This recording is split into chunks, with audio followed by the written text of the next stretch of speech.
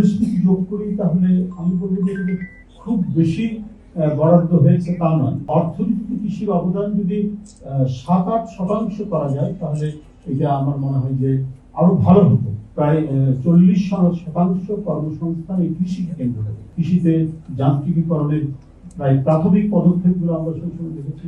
পাওয়ার টিলারের প্রসার আমরা দেখলাম যে সেই সময় খাল কাটা হলো বিস্তৃতভাবে, এবং সক্ষম হলো সেই সরকার বা সেই বাংলাদেশ যে বিদেশে চাল রপ্তানি করে, এবং সেটারই এক্সটেনশন আজ পর্যন্ত চলছে যে কমপক্ষে দুর্ভিক্ষের সেই যে করাল গ্রাস সেটা আর বাংলাদেশে স্পর্শ করে।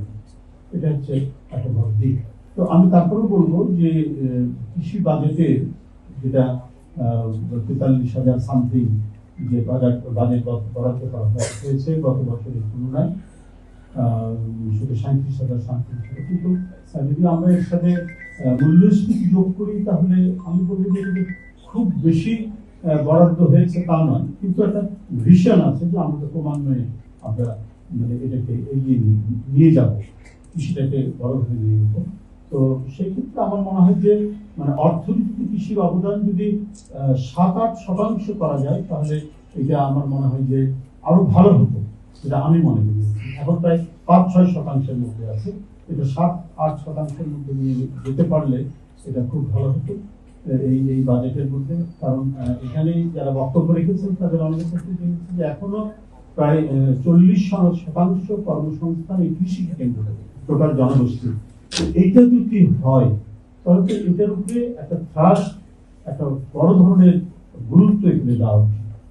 গত বছরের আর এই বছরের যে বাজেট বরাদ্দ মানে জাতীয় বাজেটের মধ্যে থেকে, জাতীয় বাজেট গত বছরে যা ছিল 7 লক্ষ সামথিং, এবারে 9,38,00,000,000 টাকা। তো সেখানে মানে বাজেট বৃদ্ধি হয়েছে 17.7%।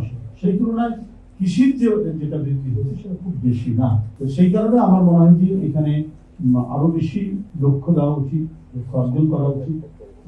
যে লক্ষ্যটা করা টার্গেটটা নির্ধারণ করা হয়েছে সেটা পূরণ করা উচিত। সেটা না হলে আমরা যে আমরা কৃষির যে ব্যাপক আমরা রূপান্তর চাচ্ছি সেটা থমকে যাবে। এটা যেন না থমকায়। দেশের প্রধানমন্ত্রী যে আইডিয়াগুলো, যে ভিশনগুলো দিয়েছেন সেটা মানে খুব দ্রুত গতিতে আমাদের অর্জন করতে হলে এটার উপরে আরো নজর দিয়ে এবং এখানে আরো মানে বরাদ্দের বিষয়টা, বাজেট বরাদ্দটা আরো ভালো করে চিন্তা করতে